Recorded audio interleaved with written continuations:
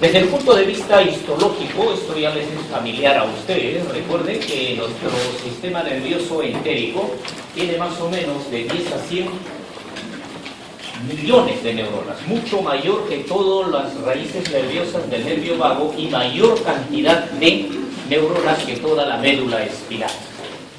Este sistema neuroentérico es autónomo, va a controlar todas las funciones del tubo digestivo, como lo vamos a revelar. Desde el punto de vista histológico, reconocemos de que hay sistemas nerviosos, el subseroso, el muscular profundo, luego tenemos el submucoso, el mucoso y el de la muscularis mucosa. Como pueden observar, un conjunto de redes nerviosas que constituyen circuitos, y estos circuitos anatómicos prácticamente también le van a dar una gran funcionalidad. ¿Cómo se distribuye este plexo a nivel de todo el tubo digestivo? Vemos de que a nivel del esófago hasta el recto, la distribución del plexo submucoso y mientérico. Acá tenemos la topografía. Noten que en el esófago es escaso, el plexo submucoso a nivel del duodeno y I1 es mucho mayor. El plexo mientérico es mayor ya del tercio inferior del esófago aproximadamente hasta el ilio. Luego de ahí disminuye la población. Este sistema neuroentérico se le llama también mini cerebros intestinales. ¿Por qué? Porque funcionan estructuralmente como la unidad funcional del cerebro. Es decir, que tienen una neurona, tiene un sistema de glía, tiene una irrigación y tiene una barrera hematoganglionar. Por todas estas características se le denomina el mini cerebro intestinal. Y sus funciones son muy complejas. Cada una de las células gliales tienen las mismas funciones que en el sistema nervioso central. De protección, de sostén, de nutrición, de que van a formar las esfigmomielinas, van a formar la barrera hematoganglionar. Tiene una lámina basal, ¿verdad?, que le está dividiendo a la neurona del vaso sanguíneo. Entonces, estas características son fundamentales para decir que este es un mini cerebro intestinal. Es un sistema muy complejo en cuanto a neuronas. Hay un conjunto de neuronas llamadas motoras, otras neuronas sensitivas intrínsecas, y hay un conjunto de interneuronas. Dentro de las neuronas motoras podemos ver que hay musculares excitatorias, hay inhibitorias, hay neuronas secretomotoras para establecer reflejos entre secreción y motilidad, hay neuronas entéricas que van a controlar el proceso de la irrigación mediante la vasodilatación con sus neurotransmisores correspondientes y van a tener relación también con algunas células del sistema hormonal, en este caso con las células G, a través del polipéptido liberador de gastrina. Y como siempre, las neuronas sensitivas intrínsecas van a determinar cambios dentro del órgano a través de la acetilcolina y sustancia P, dentro de ellos los que más predominan, los mecanoceptores y los quimioceptores. Y las interneuronas que van a hacer su función mediante la acetilcolina y la serotonina. Noten ustedes de que cada plexo y tipo de neurona tiene un tipo de neurotransmisor muy relacionado en su función. En el sistema nervioso central conocemos una neurona, el soma, sus terminaciones nerviosas y las sinapsis. ¿Okay? En este caso, está específicamente relacionada con una función determinada. Tiene un solo tipo de neurotransmisor, o sea que hay una alta especificidad. En estos circuitos que tiene el sistema neuroentérico se fundamenta parte de la electrónica que conocemos en las computadoras. Muchas de estas computadoras en nivel microscópico remedan cómo funciona el sistema neuroentérico para su propia independencia. Cada uno de esos programas que están diseñados tienen un remedo anatómico y fisiológico de que cómo trabaja cada plexo. Hay el plexo mientérico y el plexo submucoso, noten ustedes, con sus neuronas y sus neurotransmisores. Acá tenemos mucho más específico. Acá podemos ver los tipos de neuronas sensoriales, interneuronas ascendentes, las descendentes, las motoras musculares excitatorias, inhibitorias, las secretoras motoras y las vasomotoras. Note la cantidad de neurotransmisores que van a estar dependiendo con los cuales van a estar trabajando. Y todas las funciones que van a realizar. Van a detectar cambios luminales. O sea que no necesariamente van a existir cambios dentro de la estructura. Van a integrar una serie de funciones. Van a confluir una serie de reflejos motores, motores secretores. Van a producir contracciones de la musculatura o relajación de la musculatura. Esto va a regular la irrigación mediante vasoconstricción o vasodilatación y van a producir una integración neurohormonal. Es decir, que van a integrar el estímulo hormonal, el estímulo nervioso para determinar una función determinada. Acá de igual manera tenemos todo el sistema neuroentérico con sus neurotransmisores y veamos, miren, cómo la acetilcolina a través de las neuronas únicas que son las colinérgicas pueden realizar numerosas funciones de contracción, de relajación o relación con las secreciones de las glándulas del tubo digestivo. Si vemos acá la norepinefrina, todas estas neuronas adrenérgicas pueden relajar la musculatura, contraen los esfínteres y también aumentan la secreción salival. Entonces vemos cómo hay una integración de motora, secretora, vasomotora, es decir, se establecen circuitos bastante complejos para determinadas funciones en nuestro organismo. De toda la naturaleza química, si nosotros vemos nada más desde el punto de vista químico las neuronas, podemos clasificarlas como colinérgicas, serotoninérgicas con todos sus subtipos en el cerebro, en el músculo liso, en el sistema neuroentérico, las neuronas peptidérgicas con toda su familia y las neuronas del tipo purinérgicas. Todas estas, al contrario de las GABAérgicas, que es la única que actúan en la inhibición. Todos estos van a ser generalmente excitatorias, en cambio el sistema GABAérgico es por naturaleza de tipo inhibidor. Esto es lo que estructuralmente conocemos en una neurona clásica, el soma, el axón, las dendritas o terminaciones. ¿En qué se diferencian las neuronas del sistema neuroentérico? Las neuronas del sistema neuroentérico van a tener estas dilataciones que se llaman las varicosidades. Y estas varicosidades van a liberar un neurotransmisor a la estructura que le es adyacente. Acá podemos observar de que como cuando se relaciona con la musculatura lisa, estas varicosidades se van relacionando con cada una de las fibras musculares lisas. De ahí de que el control sea bastante fino en algunas funciones. Y acá tenemos cómo se integran esos circuitos. Si ustedes van a tener la oportunidad, porque van a tener esta transparencia entre sus láminas, vamos a tener aproximadamente 15 tipos de células neuronales integrando cada una de estas funciones.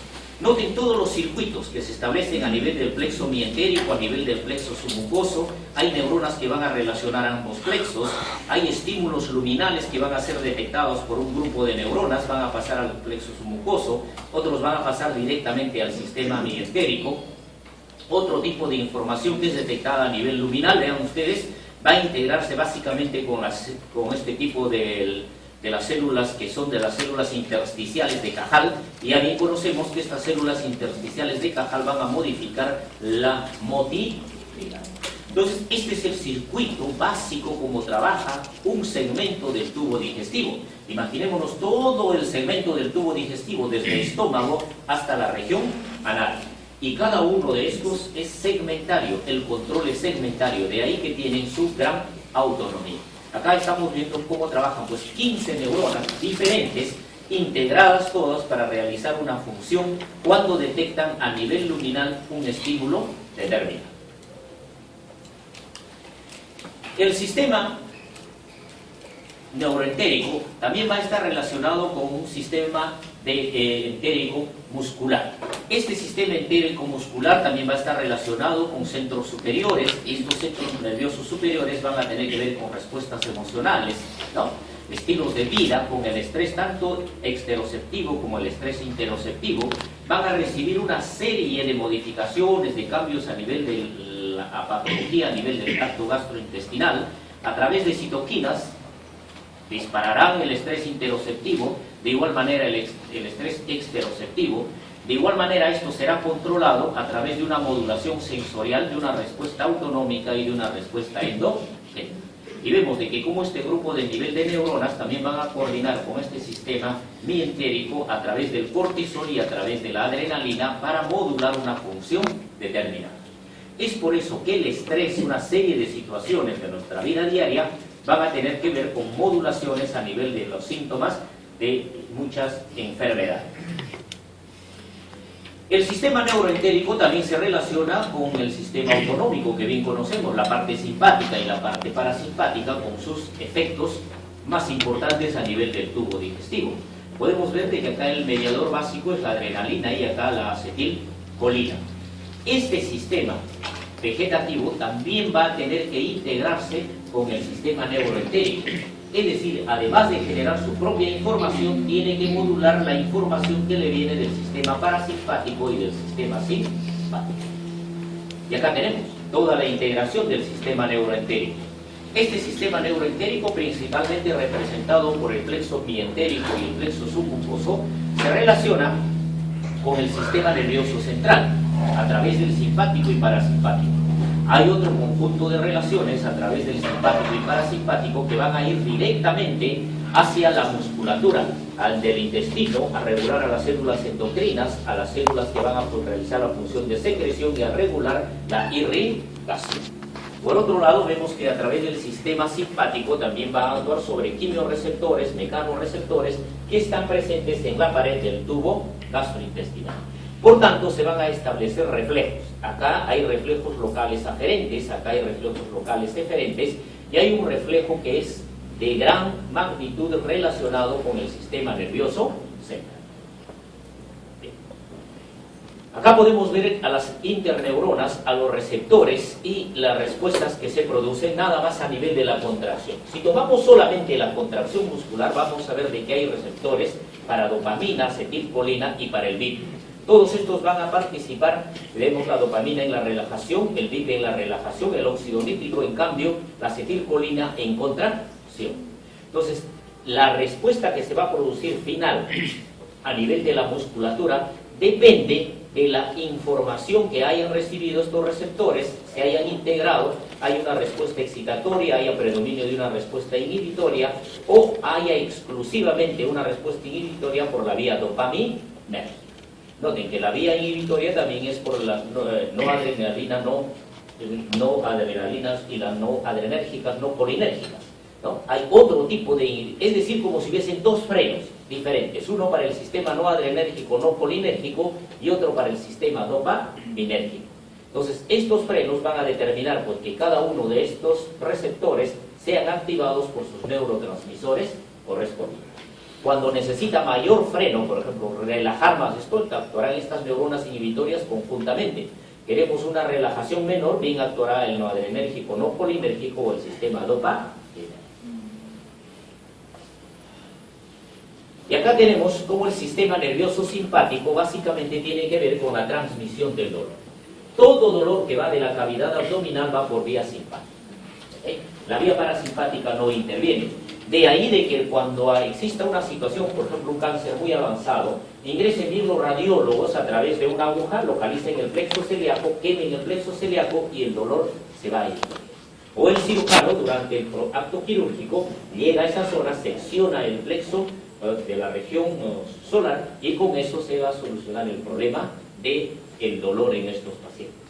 El dolor siempre va a pasar por vía simpática y con todos sus mecanismos que nosotros conocemos de modulación a nivel de la médula espinal. Viene la información del dolor a través de las vías nerviosas, llega a nivel de las astas posteriores de la médula espinal y es ahí donde se va a producir el nivel de modulación del dolor. Pero si seccionamos acá, no va a llegar el estímulo a médula espinal y no va a llegar al sistema nervioso central.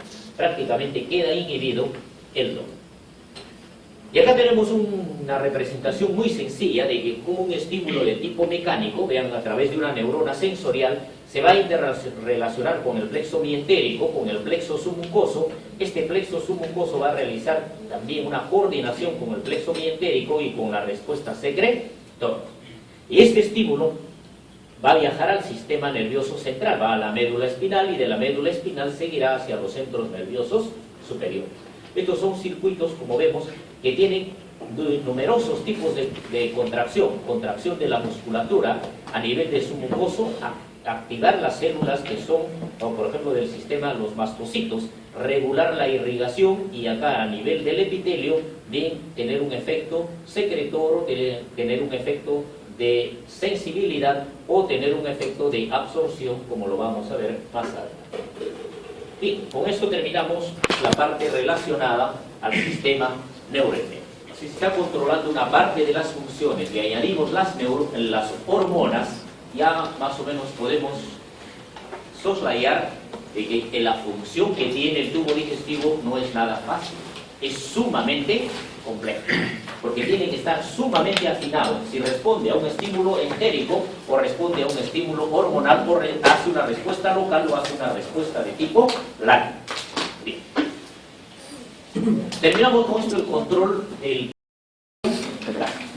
Comencemos con lo que ontológicamente es más sencillo de entender la secreción salival. Esta transparencia es para entender y para que quede bien grabado que la función salival es estrictamente de control nervioso. Las fibras nerviosas ya los conocen ustedes por anatomías que no vamos a repetir, solamente algunos conceptos para distinguir una glándula de otra. Las glándulas parótidas son las más grandes que nosotras tenemos, pero producen más o menos el 20 al 25% del volumen de saliva diario. Y esa saliva que producen tiene bastante agua y electrolitos. Por eso se llama saliva serosa. Y permite formar el bolo alimentario en la masticación. Las glándulas submaxilares son las funcionalmente más importantes porque producen el mayor volumen, 70 al 75% del volumen salival diario. Estas glándulas submaxilares van a producir una saliva cero mucosa, más agua, electrolitos y menos sustancias mucinosas. Esta glándula submaxilar, el producto de la saliva, va a permitir que interactúe el estímulo para la gustación con las papilas gustativas. Es el intermediario para que desencadenen la información y nosotros podamos percibir el sabor de los alimentos. Si nosotros experimentalmente ligamos acá la desembocadura de estas glándulas submaxilares e ingerimos los alimentos, no vamos a poder percibir el sabor de los alimentos porque no está intermediando la saliva proveniente de la glándula submaxilar. Bien. Luego vienen las glándulas sublinguales, las más pequeñas, son muy numerosas. Estas producen una saliva mucocerosa, moco abundante, agua y electrolitos casi escasa. ¿Para qué sirve esta saliva si tiene abundante moco? Hemos realizado la masticación, hemos realizado la degustación y luego viene a hacer con ese bolo alimentario. ¿Hay qué? Bien, muy bien. Entonces, en esa situación, la saliva proveniente de la glándula sublingual es la que rodea al bolo o alimentario y esto permite facilitar el pasaje del alimento hasta el esófago y alcance el estómago. En cuanto a inervación de la glándula salival, este es un órgano muy especial. ¿Por qué? Porque la glándula salival, tanto el sistema parasimpático como el sistema simpático, a través de acetilcolina y sustancia P, el parasimpático, y a través de la norepinefrina, el simpático, vean, todos van a producir una estimulación. Van a estimular flujo o van a estimular la liberación de amilasa, que es el representante de las sustancias orgánicas de la saliva. Y además, si nosotros vemos, el sistema simpático tiene su propia vía de estimulación directa a través de los beta receptores, se elevan el AMP cíclico, activan la proteínquinasa, hay mayor liberación de amilasa y van a modificar el flujo sanguíneo por un determinado momento. En cambio, el sistema parasimpático, a través de la acetilcolina, vean, sigue la vía del trifosfato de inositol, eleva el calcio intracelular, va a modificar el volumen, y otra vía a través de la sustancia P con el diacildiglicérido, con la proteínquinasa C, también para modificar la secreción o la producción de amilasa. Pero hay un sistema que integra ambos. El sistema simpático y parasimpático van a potenciarse mediante los alfa receptores y a través de los mensajeros intracelulares trifosfato de inositol y el diacildiglicérido. Entonces, a partir de esta vía, el sistema simpático puede comportarse también para potenciar al sistema parasimpático, porque la función más importante del sistema autonómico en la glándula salival es aumentar el flujo de agua y electrolitos y de sustancias orgánicas representadas por la amígdala. Pero bien sabemos que este mecanismo de activación, este mecanismo de secreción guarda correlación con la irrigación. Y simultáneamente el proceso de vasodilatación que se va a dar a nivel de la glándula salival es un sistema muy potente a través del sistema de las bradíquinas. Entonces, si hay un aumento de irrigación, hay vasodilatación y esto permite mayor secreción. Hay vasoconstricción y es otro mecanismo a través del cual se puede regular la secreción de la glándula salival. ¿De qué forma se estimula la producción de la saliva? Tenemos un centro como para el control de todas las funciones en el organismo. El centro de salivación está en el bulbo raquídeo. Va a tener interacción con el sistema nervioso central superior a través de la corteza y el tronco encefálico. Existen estímulos inhibitorios, el estrés, el miedo, inmediatamente hay una disminución de la secreción de la glándula salival. Y a través de la edad es uno de los factores que modifica mucho la fisiología digestiva. En cambio, los estímulos que van por órganos sensoriales van a producir una serie de reflejos estimulatorios corticales para el centro de la salivación, estimulación del sistema parasimpático y simpático y aumenta la secreción salival. Por otro lado, el centro de salivación que está en el bulbo raquídeo puede tener desde la parte periférica proveniente de la boca también una estimulación directa. ¿A través de qué? Receptores de presión, ¿no? Y luego a través de los quimioreceptores. Ustedes pueden colocar sobre la lengua diferentes estímulos, el ají, la sal, el azúcar, el ácido cítrico, etc. Y van a notar que el volumen de respuesta es diferente. Y a cada uno de los estímulos se produce una modulación. Eso a través de estos receptores.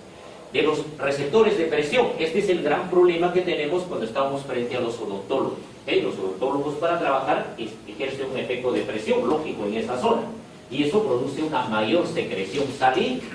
Es inevitable, pero es una respuesta de tipo reflejo. De igual manera, está preparado para responder a la ingesta de alimentos y también a la propia masticación. Si nosotros masticamos sin tener ningún alimento, vamos a notar que la producción de saliva se eleva grandemente. Entonces son por los mecanoceptores es que se va a incrementar la producción de la saliva. Ahora, ¿cómo la glándula salival va a responder al estímulo parasimpático y simpático? Eso depende del estímulo. Ejemplo, si nosotros ingerimos un alimento, cuando ingerimos un alimento vamos a necesitar realizar la masticación, la formación del globo, etcétera, etcétera. Entonces necesitamos una saliva ¿de qué tipo? Cero mucosa, predominantemente, durante la ingesta de alimentos. Con este estímulo de alimentos predominará la estimulación parasimpática y la simpática será mínima. Otro estímulo, un estímulo que predomina el sistema simpático. Por ejemplo, estar en ayuno. El estar en ayunos hay una baja del volumen, hay un aumento de la osmolaridad, esto actúa a nivel central, etcétera, etcétera. Llega una respuesta adrenérgica muy alta y esto producirá una saliva que tiene más moco y poca cantidad de agua y electrolitos. Ejemplo, cuando hacemos un ejercicio muy intenso, ¿qué sucede? La producción de la saliva aumenta. ¿Pero qué saliva aumenta? Una saliva mucosa y con poca cantidad de agua. Entonces, entre estos dos extremos, estos dos sistemas van produciendo una calidad de saliva dependiente del estímulo que proviene. Puede ser proveniente solamente de la parte periférica o puede ser simultáneo tanto de la parte central como de la parte periférica. Bien. Y acá tenemos nuevamente cómo la producción de la saliva también va a regular el sistema acinar. Este sistema acinar vemos que como hay un receptor, hay una vía para la acción parasimpática y otro también que se va a relacionar con la irrigación. Acá vemos como el sistema famoso que habíamos hablado, el sistema de la calicreína, va a regular toda la vasodilatación para que la función acinar sea suficiente para la secreción y esta secreción llegue a los conductos secretorios. Entonces la irrigación es otro hecho importante que tiene que ir en relación con el sistema parasimpático y con el sistema simpático. ¿Cómo se forma la glándula saliva? Ahí pueden observar ustedes de que la irrigación de la saliva es de tipo glomerular muy parecido al del riñón. Por tanto, la producción de saliva no necesita mucha energía para formar en su parte inicial. Vemos acá la irrigación glomerular. De acá permite de que todo el contenido del plasma por difusión llegue a la cavidad acinar. Entonces van llegando una serie de componentes hidroelectrolíticos, pequeñas cantidades de mucina y de amilasa. La saliva a este nivel, si tomamos con una punción, medimos su osmolaridad, es isotónica, lógico, porque es semejante al plasma sanguíneo. Pero esta saliva que se ha producido a este nivel, ¿qué experimenta? Experimenta circulación. Durante la circulación vemos cómo las células ductulares van a tener una acción muy dinámica en el intercambio de electrolitos. Podemos ver de que acá, como hay una retención de sodio y hay una extrusión de potasio, semejante al riñón. Y es semejante al riñón porque las funciones acá de concentración en esta zona va a modificar la saliva que proviene de la región acinar. Por tanto, al circular la saliva, todos estos conductos a las finales que tienen pocas cantidades de sodio y mayores cantidades de potasio. Entonces, la glándula salival también a nivel excretor, ¿qué es? Es retenedor de sodio y es perdedor de potasio, muy idéntico al riñón. La saliva que se produce al final, como se ha retenido mucho sodio, será ya de tipo isotónico. Pero las células ductulares también tienen capacidad de permeabilidad para que puedan pasar de la circulación sanguínea, aminoácidos, puedan pasar glucosa, pueda pasar, en este caso no está representado, la urea, puede pasar algunos electrolitos como el yodo, por ejemplo. Entonces, esta glándula salival tiene muchas funciones, no solamente en producir agua, no solamente en producir mucina, sino que también va a tener algunos componentes orgánicos como glucosa, aminoácidos y también algunos iones como el iodo. El control nervioso se da a todo nivel. Hay control sobre la vasculatura, hay control sobre las células acinares para regular su función y hay control sobre estas son células ductulares y sobre las células acinares también. Pero las células acinares tienen un elemento estructural importante en la región vasolateral. Acá ven a esta representación a las células mioepiteliales. Estas células mioepiteliales, si hacemos un corte transversal, los tenemos acá, ¿ven? ¿Cómo están las células mioepiteliales? Y estas células mioepiteliales, si las representamos en 3 dimensiones, están así. ¿Ven? Acá hay una inmunotensión, se ha teñido, y acá vemos otra representación con fluorescencia. Bien, vemos cómo se distribuyen estas células mioepiteliales, envolviendo como si fuese una red a la pelota. ¿Por qué? Porque este sistema mioepitelial, como su nombre lo dice, va a experimentar contracción.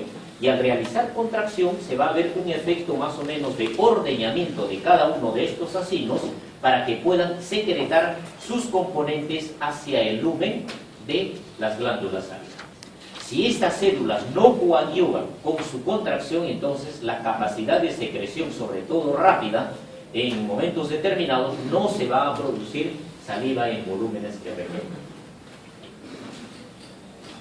Esto es lo que sucede con cada una de estas células mioepiteliales. Vemos acá, en un corte transversal, al contraerse, estas vesículas que están por alcanzar la parte luminar, con esa presión, con ese efecto mecánico, pues rápidamente alcanzarán el lumen y comenzarán a circular por todas las vías de las glándulas salivares.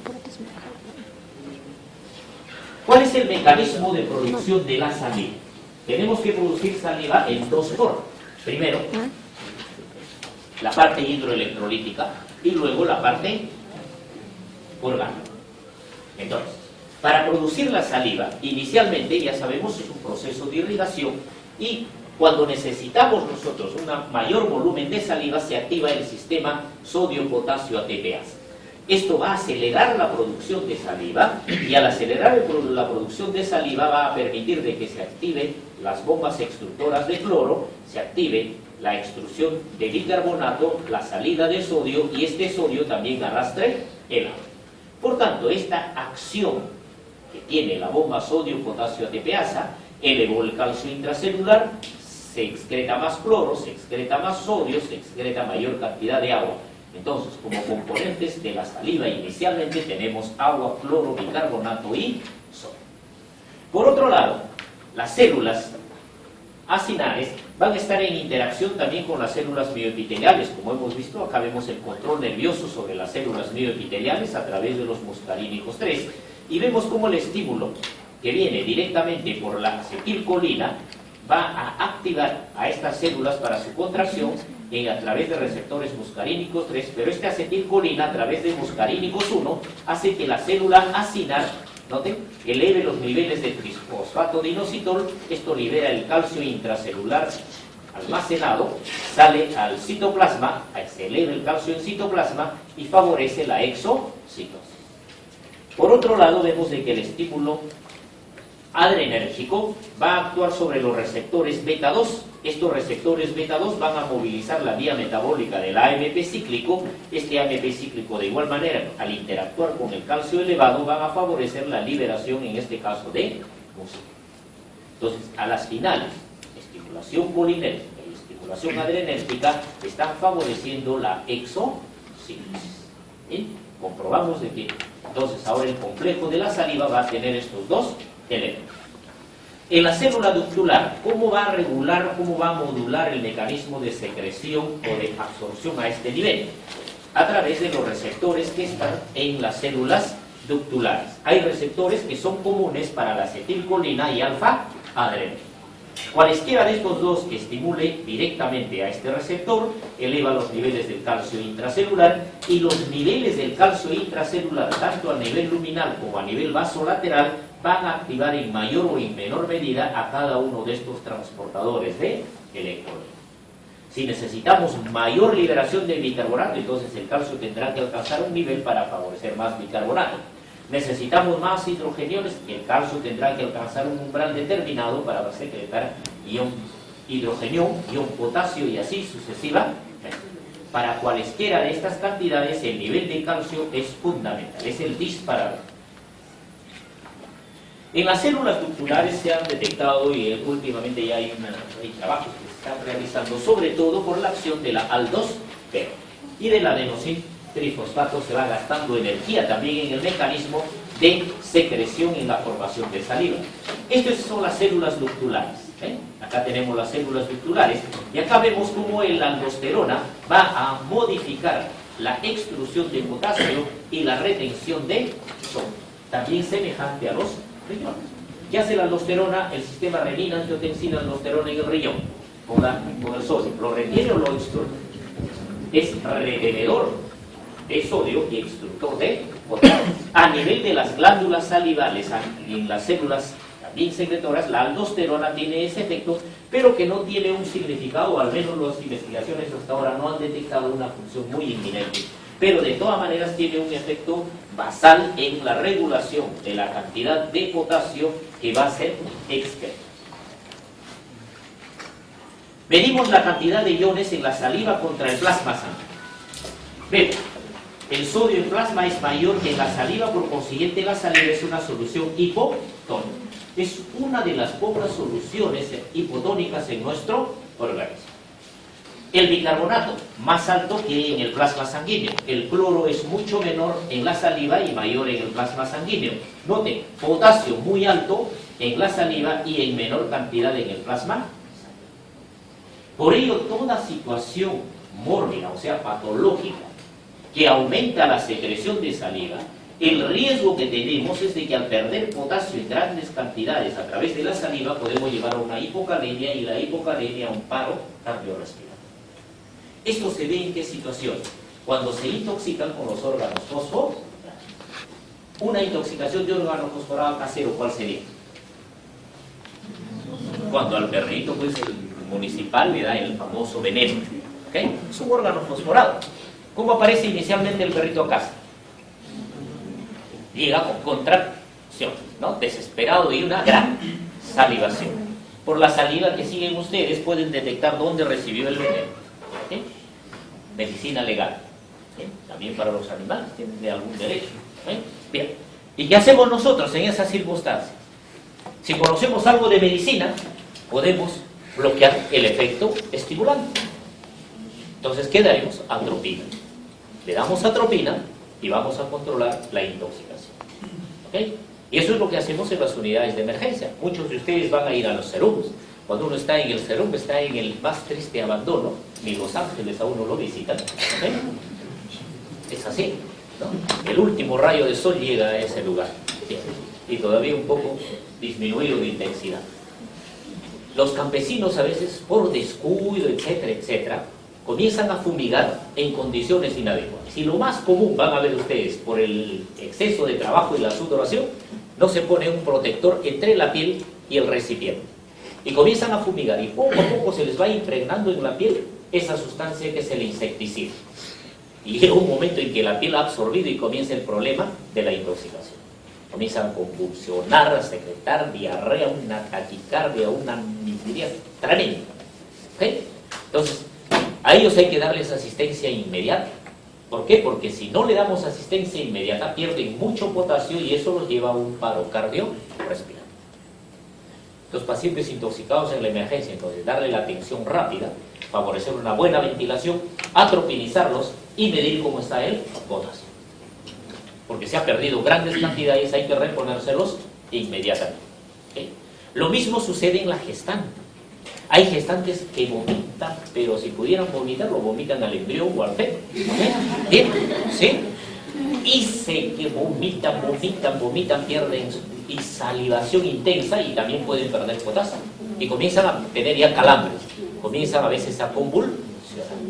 Por ello a la gestante también hay que vigilar mucho en cuanto se refiere a la pérdida de saliva. Pero en la saliva, ya hemos visto, hay muchas sustancias que se eliminan, también hormonas. ¿Okay? Y vean cómo se va a eliminar la hormona. Este es un estudio fisiológico en el cual se administró progesterona vía endovenosa y se hizo un estudio en 12 horas. Se midieron en saliva, vemos acá, la progesterona en saliva, y en el plasma sanguíneo también medimos la progesterona C. Se buscó una relación lineal. Ya sabemos que si hay una relación lineal, esto significa de que hay una interacción entre estos dos niveles. Experimentalmente se administró y comenzó a medirse tanto en saliva como en el suero los niveles de progesterona y se obtuvo esta curva, que era paralela prácticamente. Se administra la progesterona en saliva y en plasma, se elevan hasta alcanzar un pico determinado, experimentan un descenso en parte. Como hay una relación lineal, podemos establecer que en determinadas circunstancias, cuando supera un umbral, eso nos induce o nos hace pensar de que alguna patología está sucediendo. Como este es un estudio fisiológico y se hizo para determinar la gestación, se notó que después de un umbral determinado, ambos al elevarse, fácilmente podíamos detectar el embarazo en saliva. Y hoy en día hay tecnología. Y la tecnología, lamentablemente todavía no nos llega, pero de repente dentro de algunos años ya nos va a llegar. Es un aparatito muy sencillo parecido a los celulares que utilizamos. E incluso utilizan unos chips que ya no son descartables como el de la glicemia, porque el de la glicemia hay que usar y descartar, etc. En cambio, estos chips son mucho más duraderos. Dicen que sirve para 100 pruebas. Si queremos, por ejemplo, nosotros detectar el embarazo en una persona, muy sencillo, pues agarraríamos uno de esos celulares que es así, que no son más grandes, tienen una ranura en la parte inferior, ¿no? Queremos, sacamos el chip, a ver, señorita, saque la lengua, saca la lengua, un minuto se deja ese chip en contacto con la saliva, se rescata y rápidamente se le instala, no hay que limpiar nada porque tiene su propio sistema. ¿Okay? Se deja y se programa la respuesta. Si quieren, para que la lean en privado o incluso con voces. ¿Okay? Si es con voces, para que escuche, pues, ¿no? Lo programaron ustedes dos alternativas, cuando sea positivo, cuando sea negativo. Si viene una paciente que está ansiosa para quedar embarazada, ¿no? Bueno, quiere quedar embarazada, entonces pues le pondrán, para que si sale la respuesta positiva, le pondrán congratulations. ¿Okay?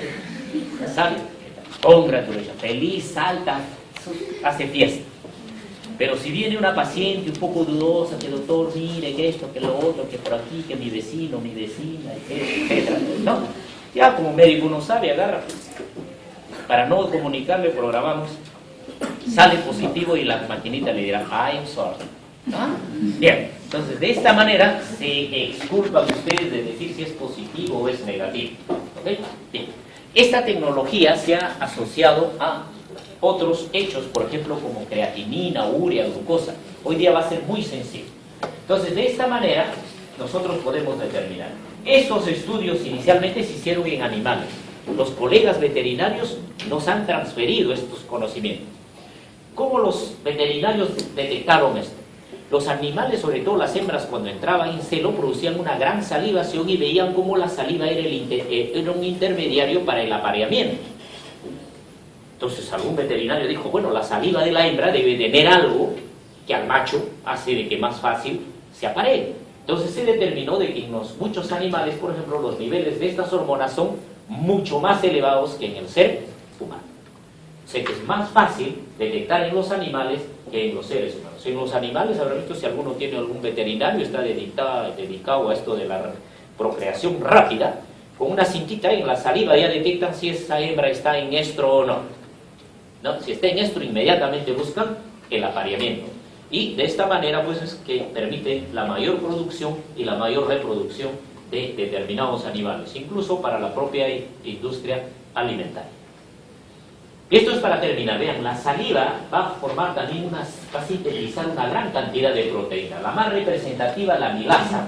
Luego viene un grupo de glucoproteínas, la calicreína, que hemos visto para que regule la circulación, las lactoperoxidasas, la lactoferrina, la lisozima, inmunoglobulinas séricas, incluso como el propio plasma sanguíneo, fosfatasas, deshidrogenasas y ribonucleasas. Todos estos van a tener una función también determinante. Y para terminar, ¿para qué sirve la saliva? Si pregunto acá a cada uno de ustedes para qué sirve la saliva, me van a dar justificaciones diferentes. ¿Okay? Incluso alguien puede decir, doctor, para asegurar y patear el penal, ¿no? Ustedes han visto cómo muchos le echan salivita a los chipunes para que no resbale y no pifie el golpe. ¿Okay? Entonces, múltiples usos de la saliva. Pero desde el punto de vista fisiológico, tenemos lo siguiente. Es un bafo. Va a permitir mantener la cavidad oral alcalina. Si la acidez cambia, se vuelve ácida, el diente, por ejemplo, tiende a desmineralizarse. Va a haber un problema muy importante en la caries. Muchos de los pacientes que tienen caries a repetición es porque tienen una saliva que no es un buen efecto bafo. Y lo confunden con otras situaciones el odontólogo. De ahí de que el odontólogo, que cuando hace estudio de caries, el buen odontólogo también tiene que hacer estudio de que cómo es la saliva de esa persona. Porque la saliva es un factor muy importante para la mineralización de los dientes. La digestión ya lo vamos a ver en el capítulo siguiente. La saliva permite la lubricación, viscosidad y citoprotección de toda la cavidad oral. ¿Qué tipo de epitelio está en la cavidad oral? A ver, señorita. Histología. A ver. Es un tejido mono o poli. Poliestratificado, plano, no queratinizado. ¿Okay? Para su supervivencia, para su homeostasis, para su trofismo, ¿qué necesita? Que la saliva esté dando lubricación y citoprotección. Cuando la saliva no irriga toda esta zona, ese epitelio comienza a fallar y pueden aparecer una gran cantidad de enfermedades. E incluso la lubricación y la viscosidad es fundamental para el habla. Cuando nosotros pronunciamos las palabras, la saliva lubrica esta zona y va a permitir de que la lengua pueda desplazarse y modular incluso el volumen, la intensidad, la vibración de las palabras. Ustedes hagan un experimento en casa muy sencillo, es un poco divertido, ¿no? Taponen las salidas de las glándulas salivales, ¿no? Y sequen toda la cavidad oral.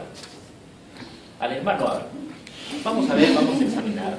Le secan toda la cavidad oral y después retiran la última gasa y dicen, ahora habla, dime tu nombre. No puede. Y se va a llevar el gran susto de su vida. ¿Okay? Le quitan los tapones, se lubrica la boca y rápidamente uno vuelve a pronunciar adecuadamente las palabras, ¿no? Por eso es fundamental la saliva también por esa función de lubricación y viscosidad. ¿Qué otra función tiene la saliva? Es antimicótica, antiviral y antibacteriana. Para muchas bacterias, no es para todo, no es una panacea la saliva, ¿no? Si no, pues no tendríamos enfermedades. Pero esto sobre todo para mantener la homeostasis en la cavidad oral. Entonces, vean ustedes, bacterias, virus, es por ello de que el virus, por ejemplo, del HIV, su concentración en saliva sea baja. Y la posibilidad de infección por contacto con saliva en HIV es casi cero. Algunos estudios dicen que necesitamos 3 litros, estar metido la mano más de media hora con una herida muy profunda para tener un riesgo relativo. Pero por saliva, por eso, porque la saliva al tener esos elementos antivirales hace de que este virus, al ser muy sensible, sus concentraciones sean muy bajas. Pero por ejemplo el virus de la hepatitis B es muy resistente, entonces estos antivirales ya no tienen ningún efecto. Y la saliva, cuando hay infección viral por hepatitis B, es muy alta. Entonces, esto tiene sus limitaciones, y esto en algunos animales se ha visto de que pueden protegerlos sí contra determinadas infecciones. Muchos de los animales han visto ustedes cómo tienen una lesión, tienen una herida y inmediatamente por instinto, ¿qué hacen? En casa, ¿qué hacen cuando se matan? ¿Okay? ¿Por qué? Porque saben instintivamente que ahí está aplicando bacterias antivirales y antimicrobianas. Ya cuando la bacteria es muy agresiva le producirá enfermedad, pero lo va a proteger para una gran cantidad de situaciones. ¿Okay? La saliva es también muy importante en los procesos de analgesia, ¿o no? Es por eso que la abuelita le dice, cuando alguien se golpea, hijito, para que no te duela, échale salivita. ¿Okay?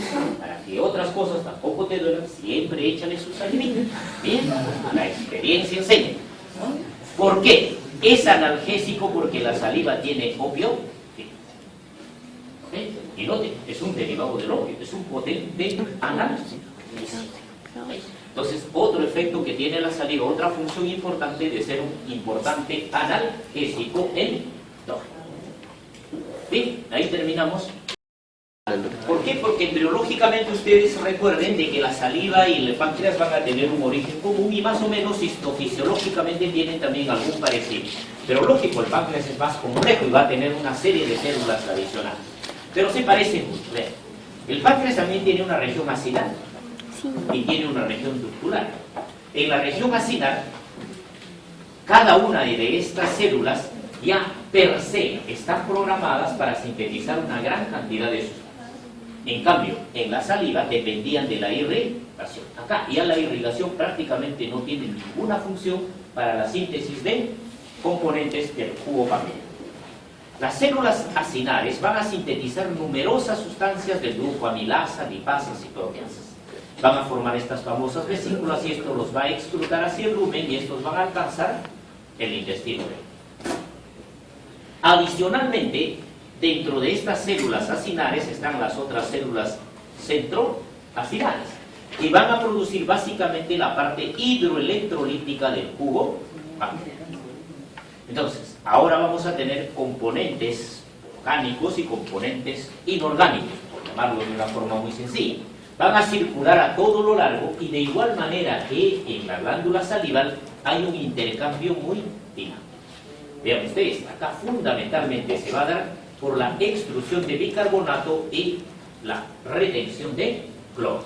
Esta es la parte del intercambio más dinámico, pero también se dan una serie de secreciones a todo lo largo de los conductos del páncreas. Si hacemos un resumen, nosotros para ver la producción de agua y bicarbonato y de las enzimas en el páncreas, hay numerosos estímulos que están actuando. Hay hormonas pancreáticas, hay péptidos intestinales, hay una activación del sistema neuroentérico y de una cantidad de neurotransmisores. Muchos de ellos van a estimular, acá tenemos cada uno de ellos representantes, si estimulan o si tiene un efecto inhibidor. Por tanto, el funcionamiento del páncreas ya no depende exclusivamente de un sistema nervioso, sino que depende mucho de la interacción de las hormonas y de los péptidos intestinales y, como vamos a ver, del estímulo lumínico. El estímulo nervioso acá es secundario en la secreción pancreática. Fases en la producción de secreción pancreática. La fase cefálica, la gástrica y la intestinal. La más importante es la intestinal. Vemos que la cefálica, siempre la cefálica es por estímulos sensoriales, la respuesta es a través del vago, La gástrica, siempre el estímulo es por distensión, una respuesta también vagal colinérgica, pero a nivel intestinal es por los productos ya de la digestión que llegan al intestino. Llegan aminoácidos, ácidos grasos, llega calcio, ion, hidrogenio y la propia distensión. Estos son los estímulos ideales para la fase intestinal. Y en esta fase intestinal se van a liberar colecistoquinina, secretina y se van a reforzar con los reflejos entero-pancreáticos. Tomamos una célula acinar. Esta célula acinar va a tener receptores a nivel vasolateral, principalmente para el polipéptido liberador de gastrina, para la colecistoquinina y la acetilcolina, que van a utilizar como un intermediario al calcio intracelular. Los niveles de calcio intracelular favorecerán la exocitosis. Cuando el estímulo viene por vía secretina o el polipéptido intestinal vasoactivo, elevan el AMP cíclico, y el AMP cíclico de igual manera cumple con el objetivo de la exocitosis. Por tanto, la célula acinar está preparada para, por una u otra vía, garantizar una secreción determinada de sustancias hacia el jugo pancreático. La célula ductular. La célula ductular principalmente es sensible a la secretina, que va a elevar el AMP cíclico. Y el AMP cíclico va a controlar la función de las bombas transportadoras de hidrógenos a nivel luminal y también a nivel vasolateral, dependiendo de la cantidad y de la calidad de jugo pancreático que nosotros necesitamos. Entonces, este nivel de AMP cíclico es fundamental. Pero, ¿qué sucede en la célula ductular? En la célula ductular, nosotros podemos ver de que el bicarbonato se excreta en grandes cantidades hacia la parte luminal. Cuando se excreta el bicarbonato, que viene directamente del plasma, inmediatamente el ion hidrogenio que se formó por la anhidrasa carbónica retorna a la circulación sanguínea. Por tanto, hay un retorno de un elemento ácido y este flujo, esto se llama la marea ácida. Cuando hay secreción pancreática, hay una marea ácida que retorna el ion hidrogenio hacia la circulación sanguínea. Siempre un bicarbonato a la parte luminal y un ion hidrogenio hacia la parte vascular. Acá tenemos un resumen básico por los elementos, los electrolitos más importantes a nivel luminal. Y vemos cómo el sistema de la anhidrasa carbónica es en que en condiciones basales va a mantener también la secreción. Acá ya no vemos bombas, simplemente es un sistema enzimático básico que está favoreciendo una secreción basal, sobre todo el bicarbonato, que es el ion más importante que se va a secretar. Y en esta situación el bicarbonato en reposo es por un transporte de tipo activo. En cambio, el sodio y el agua van a llegar directamente por arrastre. Cantidad de iones a nivel del jugo pancreático contra el plasma sanguíneo. Podemos observar de que el sodio es más o menos equivalente. Por tanto, el jugo pancreático es una solución de tipo isotónico. La cantidad de bicarbonato a nivel del jugo pancreático es mucho más alta que el plasma sanguíneo. Y noten algo muy importante. En situación de secreción basal, la cantidad de bicarbonato y cloro más o menos son proporcionales. Pero a medida de que aumenta el flujo en producción de jugo pancreático, el cloro disminuye y proporcionalmente se eleva también el bicarbonato. En condiciones basales, la secreción de potasio hasta el estímulo máximo siempre es uniforme. Lo mismo que ocurre con el sodio.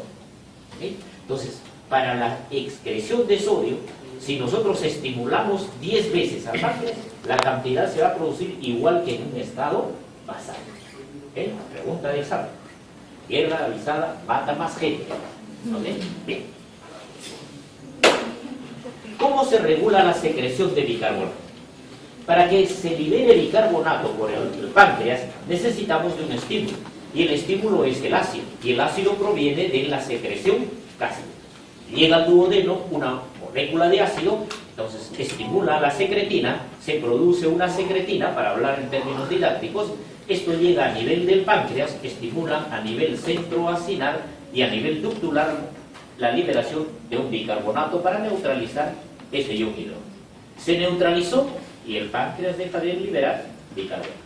Llegan dos ácidos, el páncreas producirá 2 bicarbonatos y así proporcionalmente, ¿no? Para mantener el equilibrio. Entonces, esto conocemos como un mecanismo de retroalimentación de tipo negativo. Muy sencillo. Hay estímulo y proporcionalmente se produce bicarbonato.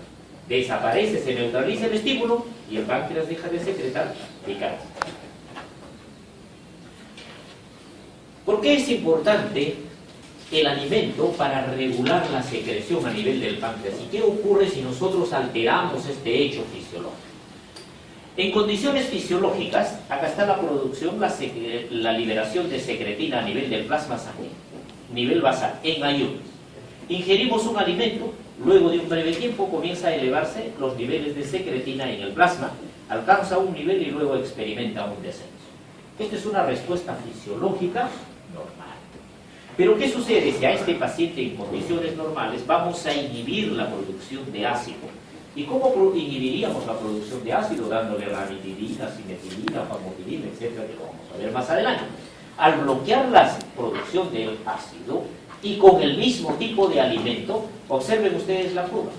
La curva casi es planar para la secreción a nivel de plasma en secretina. No se elevan los niveles de secretina plasmática si nosotros inhibimos al ácido. Entonces, el hecho de la producción de ácido es un estímulo muy importante para la liberación de secretina. Esto ocurre en los pacientes que innecesariamente a veces uno les prolonga el tratamiento para gastritis o úlcera. Los pacientes le dan de tomar omeprazol 1 año, 2 años, a veces pobre paciente está que toma, o a veces el paciente se automedica, que es muy común en nuestro medio. Entonces va a llevar a este hecho, y este hecho, como vemos, va a llevar a un trastorno de la digestión y a una patología que se conoce como dispepsia. Bien, hay mala digestión o va a haber mala absorción. La producción de enzimas. La producción de enzimas va a depender de igual manera del estímulo que llega al duodeno. En este caso llega, por ejemplo, una proteína. Para la proteína se liberarán proteasas. Para los lípidos se liberarán lipasas y así sucesivamente. Entonces, en este caso, para las proteasas, una cantidad de proteínas, estas van a estimular a las células sí para que produzcan colecistoquinina en la misma proporción. Esa cantidad de colecistoquinina por circulación sanguínea llega a las células acilares y estas células acilares van a liberar las enzimas, lógicamente del tipo proteico, para favorecer la degradación de estas proteínas y posteriormente se realice la absorción. Se degradó a todas estas proteínas, ya no hay substrato, no hay estímulo para la colecistoquinina y el páncreas deja de producir enzimas del tipo proteasa. Entonces también un mecanismo de estímulo y respuesta. Para la liberación de colecistoquinina tenemos 3 fases. Una fase de ayuno, una fase prandial, o sea, cuando estamos ingiriendo los alimentos, y una fase postprandial. ¿Cómo se comporta la liberación de las enzimas? Para la liberación de las enzimas hay un factor liberador de la colecistoquinina que producen las células enteras. En condiciones de ayuno, estas se van produciendo adecuadamente, van sobre las células sí, y las células sí comienzan a producir mayor cantidad de colecistoquinina. Entonces, este tipo de respuesta es posingesta de alimento integral. Los alimentos alcanzan el intestino. Ya cuando alcanzan el intestino, lo que interesa acá, el estímulo para la colecistoquinina, son las proteínas.